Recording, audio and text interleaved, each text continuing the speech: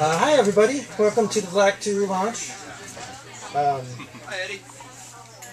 We have a great reading for you tonight. I'll tell you all the names in just a second. The way we're going to do this is I will announce the list of readers, and then as each reader finishes, if they would announce the next reader, that would be amazing and wonderful.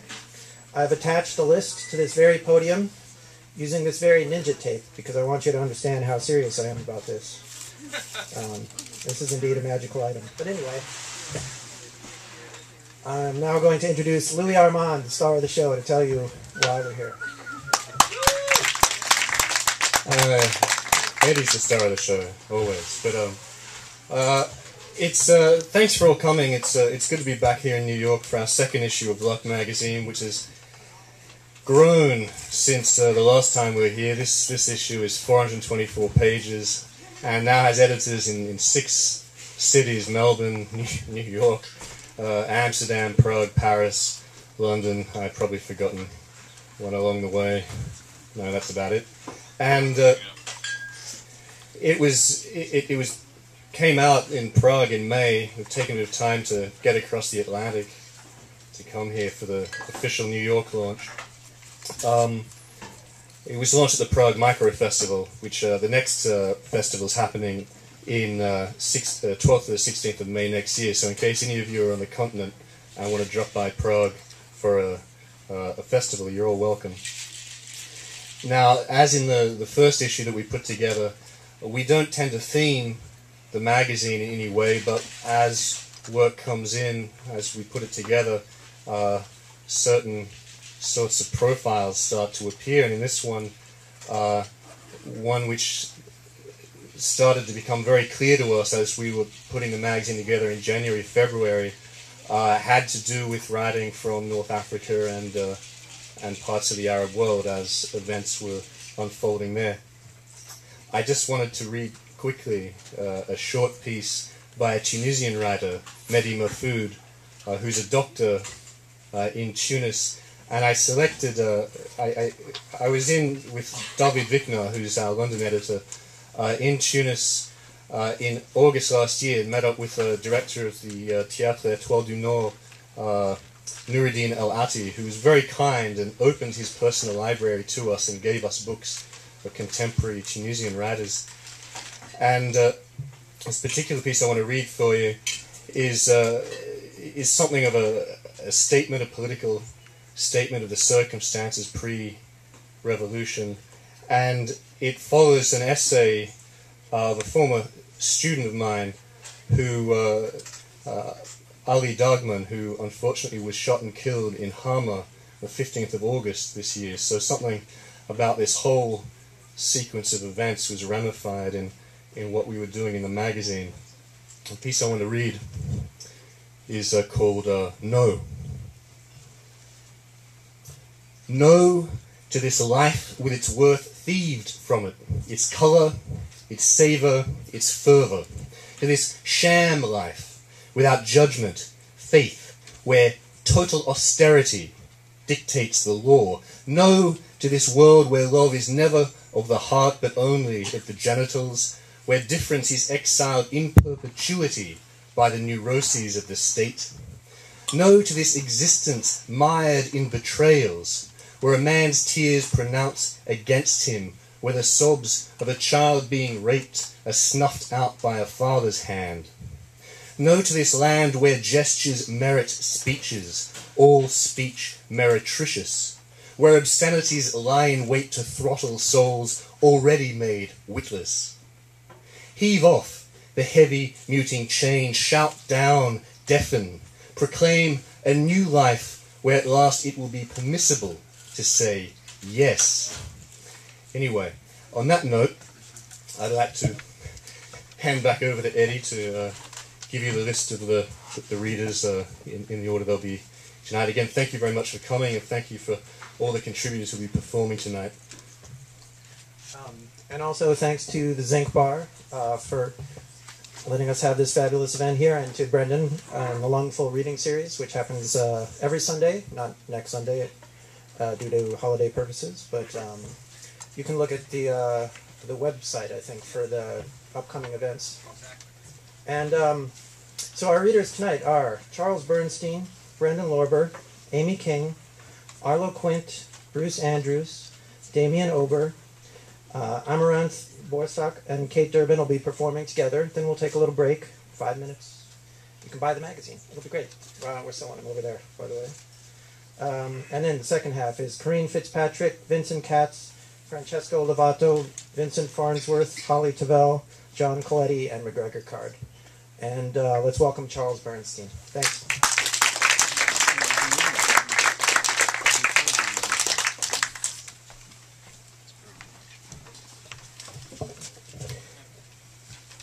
It's a pleasure to read for Vlak, and a terrific job that Eddie and Louis have done. Know Louis for some time now, and I just want to recommend the whole set of books that he's done, both critical theory, terrific 2 collections on poetics, his own poetry, and a new novel that's out. So what I thought I would read today is an excerpt from my contribution to the new 25th anniversary issue of Meaning, which has just come out online, and you can easily find it there. And this is what I wrote for that issue in part. In the 60s, we used to say, heighten the contradictions. And then, when the contradictions were so excruciatingly high that you'd think the political center was some kind of home brew of meth and glue, things just seemed to get worse. And that longed-for breakthrough in collective consciousness not only didn't happen, but seemed each day that much further away. I know Gramsci, pessimism of the intellect, optimism of the will. I got that tattooed to my cerebellum. But some days the will's just not there anymore. You know you're old when the promise of youth becomes clues to a map of a lost world 20,000 leagues under the Edward I. Koch feelin' groovy 59th Street Bridge. I always thought those who described George W. Bush as incompetent missed how successful he was in creating irreparable environmental damage, and how well he succeeded with his agenda, including the massive redistribution of wealth. Crude as this measure is, the flow of money from the many to the few is a fairly accurate guide to Republican Party policies. So perhaps more than ever before, I began to internalize the public events of the days. I felt I was being poisoned by them. The 60s with apologies. I remember the future, how it was so much like the past, those days rowing on the lake for the sake of rowing itself, never looking out, never any ducks lined up, only the fragrance of fragrance, the smiles, the similes on a smile touched by an angle. As if our fund for hedges was any more effective than duping, joking, duping, throwing cold water on sizzling ruins. Jesus would have dug it before he got hung up in all that superstructure. Even the water withers in the mouth, like hope evaporating in the words of the town criers and motion sensors. Gale winds diminish in the mind, since whatever is apparent and clear in my brain is so much Yukon flu, the utter white space of deception. It's okay, but I did that 20 years ago.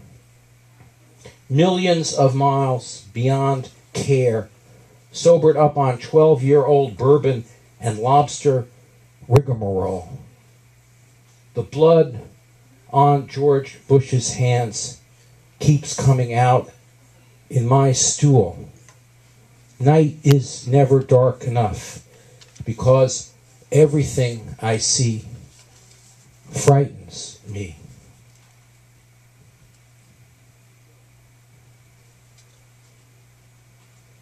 When the 2000 election came around, I wanted to see a public art that pushed back against the fair and balanced double binds of the mediocrity. Anti-war sentiment on Iraq was the equivalent of pro-war sentiment. The Bush lies were as valid as questioning of the lies. How is it that those of us in the streets demonstrating against the invasion of Iraq in 2003 knew the claims to WMDs were unverified, while the massed media did not? Yes, the answer is obvious. I am speaking here to my emotional reaction to, let's call it, the ideological terrorism of constant mendacity in the massed media. Symptoms: unproductive anger and frustration, mixed in with a range of not apparently related frustrations and disappointments, both personal and with developments in poetry and art.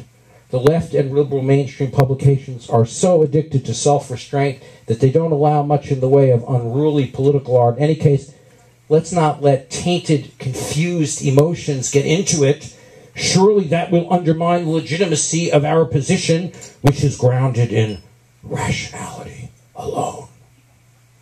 I was seeing probity, but I was wanting satire, sarcasm, irreverence, outrage, mocking.